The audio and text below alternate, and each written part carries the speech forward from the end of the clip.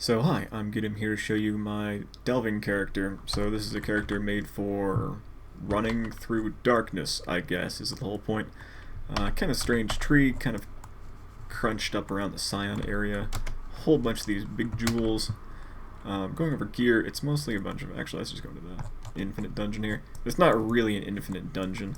It's kind of irritating because when you spawn into a zone, you actually get put... Or when you make a new instance in here, you get put into a zone that's a 5x5 block. So this little square right here is one block, ding ding ding ding ding by ding ding ding ding ding. So if I go here, it's like this area, you know. Yeah, that's basically what will spawn. After that, you just hit invisible walls. I was kind of hoping I could just start at the beginning and then just run all the way to like depth 1,500 if I could get that far. And, you know, see what happens, I guess, but that's not really an option. Kind of annoying. You know, this infinite dungeon is the telecom version of unlimited. So, let's stay in some darkness and go over gear. So I have standard movement speed gear, Quinted Forest, belt with movement speed craft, movement speed corruptions, 7 tippy toes, Devotus Devotion, just 20 movement speed, and some other goofy stuff. So Kikazarus have life regen, the crab gloves have life regen, ephemeral edges have reduced max life. So I'm stacking reduced max life on gear and in the tree. So there's this one cluster right here, and if you put a whole bunch of these healthy mind jewels, it converts all the life in here into mana nodes. But if you have overlapping healthy mind jewels, it converts them to reduced maximum life nodes. So you can actually have really, really low life pools if you do this. If I had access to legacy gear, like a legacy Carnage Heart and a legacy Covenant, I think is the chest.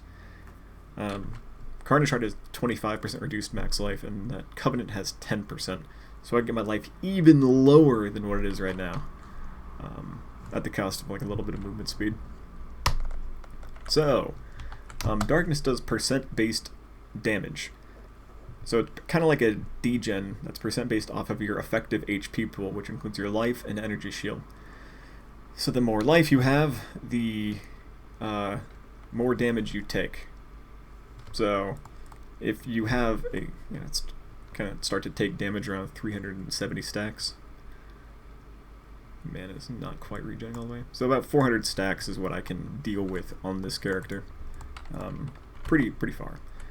So I have very, very low amounts of life, but I do have 360 life regen without the guardian buff thing going off.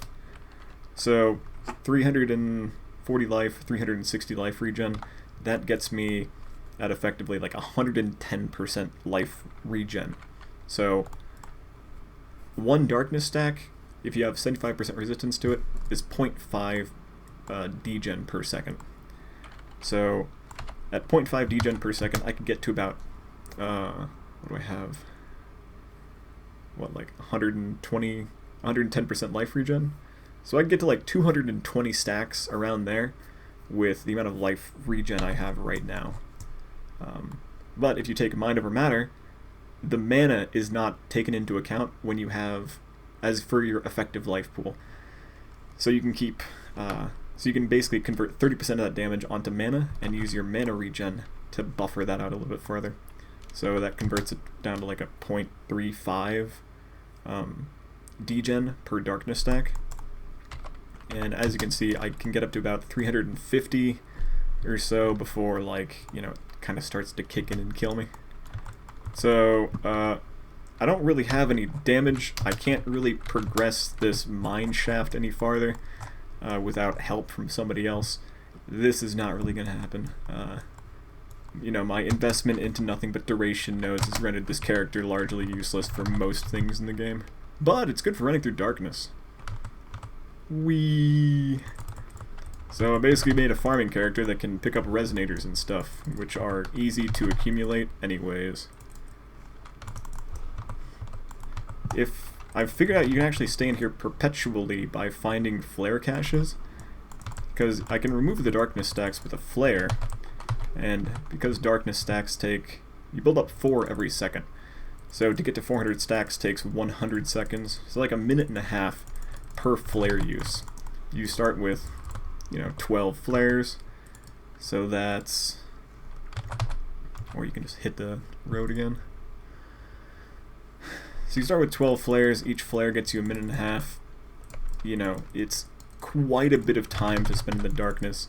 I think in total it takes about, I don't know, at this type of movement speed, I think about like 7 or 8 minutes to explore the entire 5x5 block of area to pick up stuff. So, it's an interesting character. Beyond that, I've invested into some curse nodes. Oh, here's one of those walls that you can't progress past, so that we're at the edge of the 5x5 barrier. The 5x5 zone that we spawned into. It's a little bit depressing that's how it works, but, games gotta have loading screens. Yeah, so I have, beyond that, I'm running Vitality, Clarity, and Temporal Chains on Blasphemy. Temp Chains is buffed by some curse effect, so I'm gonna get one shot by anything. So the best thing to do is to just never get shot. So running really fast and being invisible with phase run and just running through guys before they even notice I'm there. Pretty safe way to travel about. Beyond that, what else? Yeah. Just phase run everywhere. Get a flare up. Oh my god, they can see me. No, accidentally hit a flare. It happens. So, yeah, basically just infinitely running, picking up resonators and fossils. So these crafting materials are really, really easy to get, and they're insanely powerful.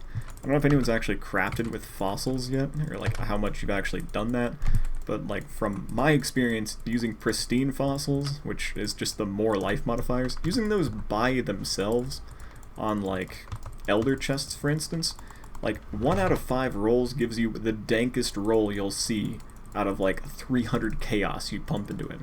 Like the rolls are just absolutely like incredible. So fossils are really, really powerful crafting material, and if you do something like this, they're like very easy to get a bunch of. I mean, they're not hard to get. Dynamite does actually break the... I didn't mean to drop a flare. Ooh, I took a hit. Because we're in a low enough zone to not die. So Dynamite does break the phase run. Phase run has... Give me a fossil. Pristine fossil. The best fossil. So phase run has a 4.5 second... or a 4-second cooldown, and with all the duration I have linked to it, it lasts 4.5 seconds. So we have 80% reduced monster visibility. I don't know how that stat really impacts the game, but monsters don't really respond when you have phase run on. Does that even hit the wall? It's the worst stick of dynamite ever. Whee! Oh dang, there's a lot of dudes in here. Get him away from the monies. We'll see how much we can explore out here. But it's actually really safe. I thought it was going to be like slightly harder to not die. But I mean, like, it's very simple. So this basically works in any delve level. So you could make a character like this. It's not hard to make a character like this. You don't really need that much of anything. You can look at all my gear. It's nothing that's absurd. The helmet enchant is not required at all, which would be like the one hard piece of gear to get. That's the one specific thing that's not readily available in mass. Hit that border over there. So you can make a character like this and then use it to explore the deeper delves. Oh yeah, didn't mean to throw dynamite. I guess you can actually kill guys with dynamite. Never really thought about that. How much damage does this crap do? Dynamite, go! Not enough. I guess you could kill stuff with dynamite. Maybe I've upgraded my dynamite some more. Run faster. The delve drops a ludicrous amount of jewelry. See if I can explore this one side. We can kind of see the outcome of exploration. If we can find a save zone.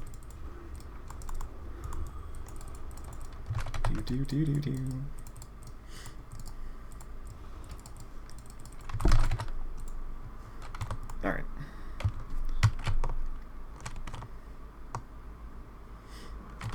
So you can kind of see the block structure of how the mine is put together. And like where the limits actually are when you spawn into a zone. It's a little bit depressing this is how it is, but you know, that be how it is. But yeah, this is a delving character. Pretty simple to make. It's actually kind of useful. It's not hard to make. Leveling up is very easy if you have someone else rush you through delves. So you can get to level, I don't know, plate isn't really going to be that useful. Yeah, I've been AFK way too long to actually get a good number on that. But if you level up through having a person power level you through delve, it only takes a couple hours to get to level 70 or whatever is required to equip the crab gloves. So, you know, this is a character. It's good for thieving stuff out of the mines.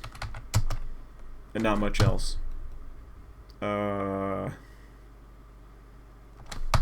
Flasks, we got the cup, we got some movement speed and evasion to buff the chest.